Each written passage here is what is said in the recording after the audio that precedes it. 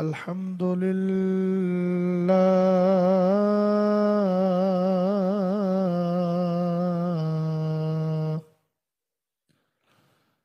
الحمد لله الذي خلق السفل والعلا والصلاة والسلام على سيدنا ومولانا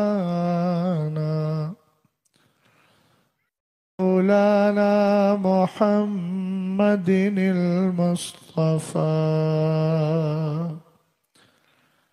وعلى آله وأصحابه وأهل بيته خصوصا على سيدنا عبد القادر الجيلي أهل التقى. أما بعد فأعوذ بالله من الشيطان الرجيم. بسم الله الرحمن الرحيم. يا أيها الذين آمنوا اتقوا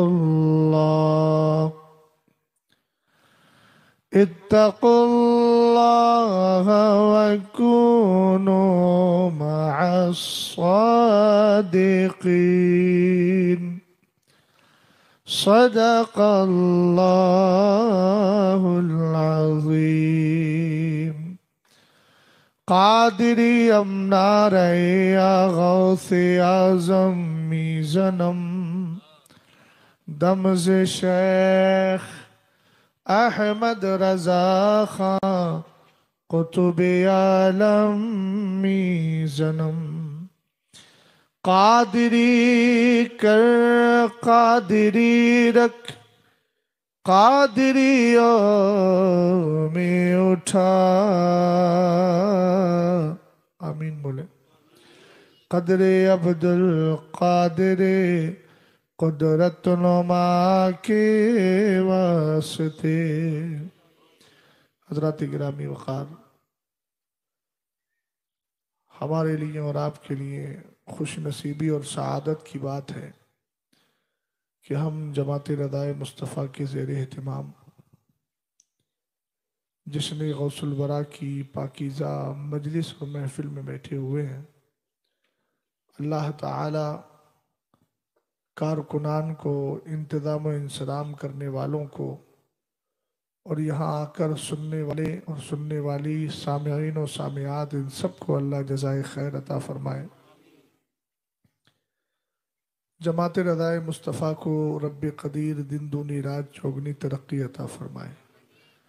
بلا شبہ یہ وہ جماعت ہے جس جماعت کے ذریعے امام اہل سنت اعلیٰ حضرت فاضل بریلوی رضی اللہ تعالی عنہ نے ہمیں سچا پیغام، سچی بات اور سچا دین سکھایا ہے، اور اعلیٰ حضرت امام اہل سنت نے یہ تنزیہ تحریک قائم فرمانے کے بعد ہم سب کو یہ ذہن دیا ہے کہ اللہ والوں کی تحریک سے جڑنا چاہیے، چونکہ ان کی بنائی ہوئی تحریکیں ہمیں دنیا ہی میں ساتھ نہیں رکھتی ہیں بلکہ آخرت میں بھی ہمارے لیے ذریعہ نجات بنیں گی. اس لیے آپ حضرات اس جماعت سے جڑیں. اس سے جڑنا در حقیقت امام اہل سنت سے جڑنا ہے. میں بارہا یہ جملہ بول چکا ہوں کہ جب اعلیٰ حضرت کا مسلک ہمیں پسند ہے تو اعلیٰ حضرت کی بنائی ہوئی جماعت بھی ہمیں پسند ہونا چاہیے، چونکہ یہ دونوں چیزیں منسوب ہیں اعلیٰ حضرت امام اہل سنت کی طرف. اللہ تعالی ہم سب کو اسی جماعت کے بینر تلے کام کرنے کی توفیق عطا فرمائے. اب آئیے ذرا جیتے جاگتے ماحول میں نبی آل نبی پہ محبت کے ساتھ درود و سلام پڑھ لیا جائے.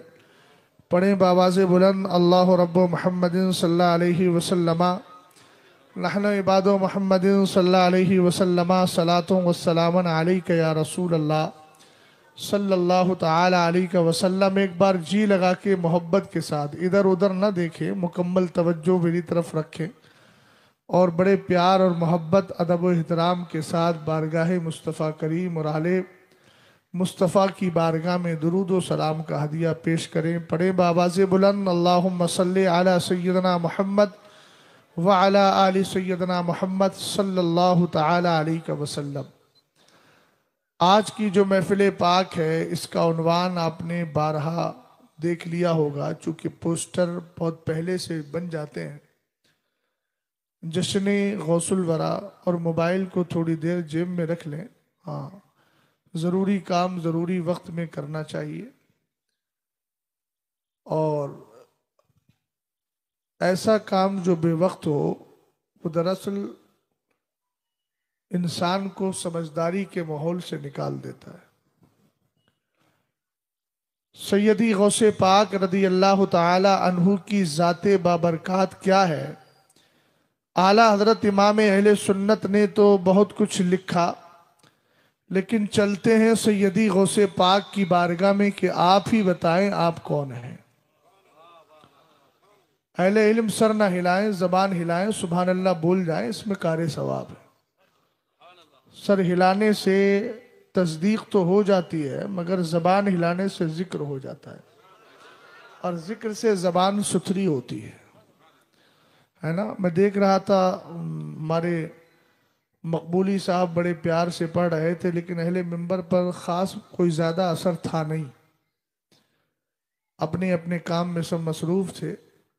حالانکہ ایسے آقاؤں کا تذکرہ بہت دھیان سے سننا چاہیے، یہ پیار والے لوگ بھی ہیں، جلال والے لوگ بھی ہیں۔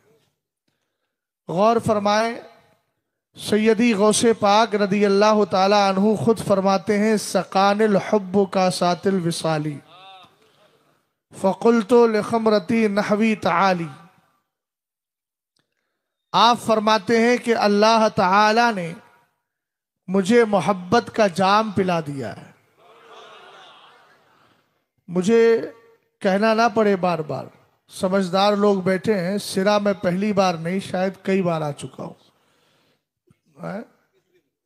تیسری مرتبہ آیا ہوں، تو تیسری بار آپ جانتے ہیں قول کرایا جاتا ہے، 3 بار کہہ دے تو تیسری بار کم سے کم بولنا ہے آپ کو، اور بلند آواز سے بولنا ہے۔ سیدی غوث پاک نے کہا سقان الحب کا سات الوصالی، آپ کہتے ہیں کہ اللہ نے مجھے اپنی بارگاہ کے قرب اور وصال کا ایک پیالہ نہیں، جام پر جام پلائے ہیں، اور ان جام کو جب سیدی غوث پاک نے پیا تو کہنے لگے شربتم فضلتی من بعد سکری ولا نلتم علوی واتصالی۔ فرمایا اے حضرات اولیاء کی جماعت، اس بات کو ذہن میں رکھنا کہ محبت کا جام پہلے اللہ نے مجھے پلایا ہے، اور پھر میرے بچے ہوئے جام کو اللہ نے تمہیں عطا کر دیا ہے۔ یار اگر غوث پاک کا بچا ہوا جام مل جائے ہندوستان کے معین الدین چشتی کو، تو وہ صرف معین الدین چشتی نہ ہو، ہندوستان کے راجہ بنا دیے جاتے ہیں۔